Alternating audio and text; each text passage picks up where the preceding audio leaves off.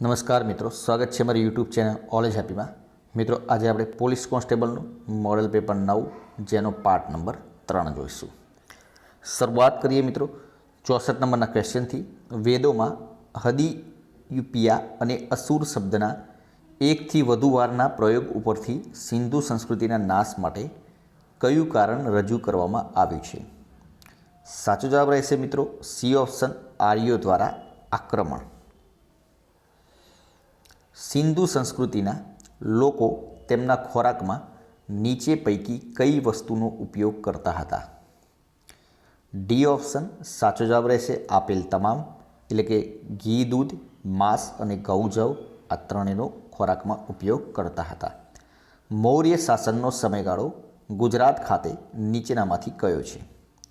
તો મૌર્ય શાસનનો સમયગાળો ગુજરાત ખાતે નીચેનામાંથી કયો છે?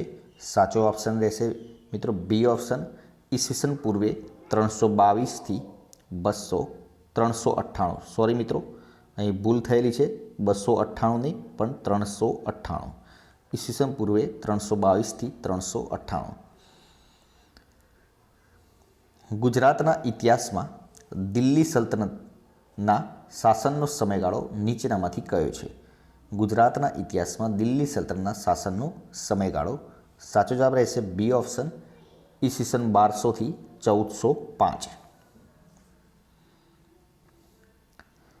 ગુજરાતમાં શાસનનું જોડકું જોડો. 4 ઓપ્શન આપેલા છે મિત્રો. શાસન પ્રમાણે જોડકા જોડવાના છે. 68મા નંબરના ક્વેશ્ચનમાં સાચો જવાબ રહેશે મિત્રો એ ઓપ્શન, એટલે કે ઈસવીસન 1820થી ઈસવીસન 1947 અંગ્રેજોનું શાસન, ઈસવીસન 1572થી ઈસવીસન 1552 મુગલ સલ્તનતની સત્તા, ઈસવીસન 942થી ઈસવીસન 997 જેમાં સોલંકી કાળ, અને 470થી ઈસવીસન 788 મૈત્રક કાળ, એટલે કે એ ઓપ્શન સાચો જવાબ રહેશે.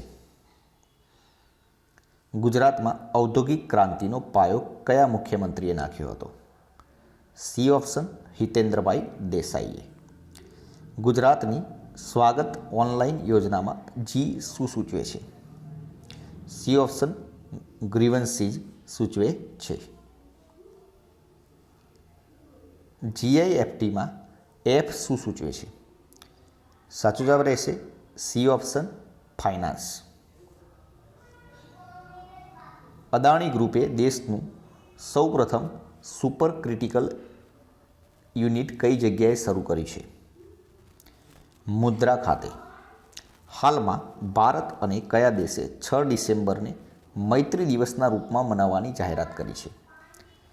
73મા નંબરના ક્વેશ્ચનમાં સાચો જવાબ રહેશે બાંગ્લાદેશ સાથે. હાલમાં કયા રાજ્યની પોલીસને પ્રેસિડેન્ટ કલર એવોર્ડથી સન્માનિત કરવામાં આવી છે?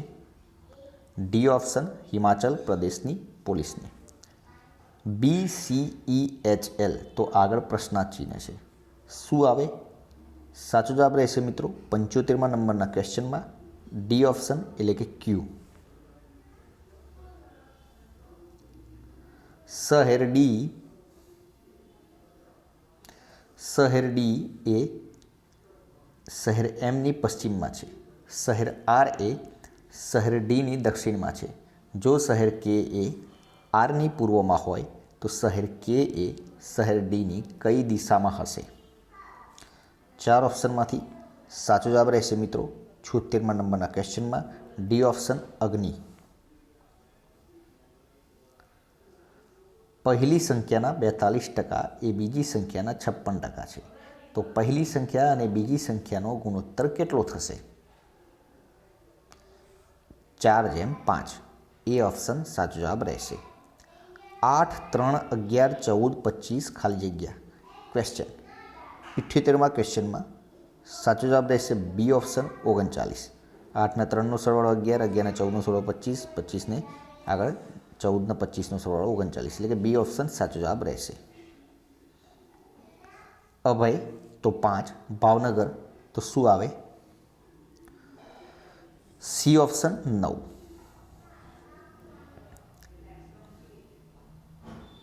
રાજેશને એક હરોળમાં જમણી બાજુથી 14મો ક્રમ છે. હરોળમાં કુલ 40 છોકરીઓ છે, તો રાજેશનો ડાબી બાજુથી કયો ક્રમ થશે? સાચો જવાબ રહેશે મિત્રો એ ઓપ્શન 25મો. જો કોઈ સાંકેતિક ભાષામાં મદ્રાસને દમસાર લખાય તો મુંબઈને કઈ રીતે લખાય? તો આનું ઉલટ કરેલું છે. મદ, દમ અને રાસનું ઉલટ સાર આ રીતે કરવામાં આવેલું છે 81 નંબરના ક્વેશ્ચનમાં. સાચો જવાબ રહેશે બી ઓપ્શન. સામાન્ય અપવાદો સાબિત કરવાની જવાબદારી કોની છે? બી ઓપ્શન આરોપીની. 12 વર્ષથી નાના બાળકોને તેમના મા બાપ દ્વારા ખુલ્લામાં ત્યજી અપરાધમાં કઈ કલમ હેઠળ કાર્યવાહી થાય છે? 317 અંતર્ગત. કેદની સજા કેટલા પ્રકારની છે? 3 પ્રકારની. ગેરકાયદેસર ગૃહ અપ્રવેશના કેટલા પ્રકાર છે? બી ઓપ્શન 3 છે. ગેરકાયદેસર મંડળીની વ્યાખ્યા કઈ કલમમાં આપેલ છે? સી ઓપ્શન 141 કલમ. રાજ્ય સેવકમાં નીચેના પૈકી કોનો સમાવેશ થતો નથી? રાજ્ય સેવકમાં નીચેના પૈકી પ્રાઇવેટ કર્મચારીઓનો સમાવેશ થતો નથી. એટલે કે શિક્ષકો, તલાટીઓ, ન્યાયાધીશો આ ત્રણેયનો રાજ્ય સેવકમાં સમાવેશ થાય છે. ચોરીની વ્યાખ્યા કઈ કલમમાં આપેલી છે? 378માં. ગુનાહિત ઉચાપતની વ્યાખ્યા કઈ કલમમાં આપવામાં આવેલી છે? 403માં. બળાત્કારની વ્યાખ્યા કઈ કલમ હેઠળ આપવામાં આવી છે? 375 અંતર્ગત. ગુનાનો પુરાવો નષ્ટ કરવા માટે આરોપી સામે કઈ કલમ હેઠળ કાર્યવાહી થાય છે? બી ઓપ્શન કલમ 201 અંતર્ગત. ગુનામાં મદદગારી કઈ રીતે થઈ શકે? ડી ઓપ્શન આપેલા તમામ, એટલે કે ઉશ્કેરણીથી પણ, કાવતરું રચીને પણ અને સહાય કરીને ગુનામાં મદદગારી થઈ શકે છે. ભારતીય ફોજદારી ધારાની કલમ 11 મુજબ વ્યક્તિ એટલે? ભારતીય ફોજદારી ધારાની કલમ 11 મુજબ વ્યક્તિ એટલે આપેલ તમામની વાત છે. એટલે કે વ્યક્તિઓનો સમૂહ કે મંડળી, કંપની કે એસોસિએશન આ ત્રણેયની વાત થાય છે. કલમ 24માં નીચેના પૈકી શેની વ્યાખ્યા આપેલ છે? બદદાનત.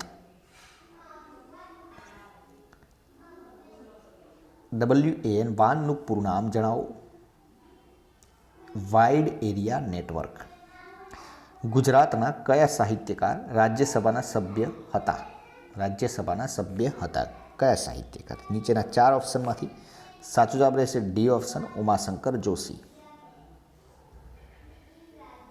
સુરસિંહજી તખ્તસિંહજી ગોહિલનું ઉપનામ જણાવો. કલાપી. રામનારાયણ વી પાઠકનું ઉપનામ શું છે? ત્રણેય, એટલે કે દ્રિરેફ, સ્વૈરવિહારી અને શેષ આ ત્રણેય છે. હાલમાં ફિટનેસ ફર્મ કિનારા કેપિટલે કોને પોતાના બ્રાન્ડ એમ્બેસેડર બનાવ્યા છે? B option Ravindra જાડેજાને.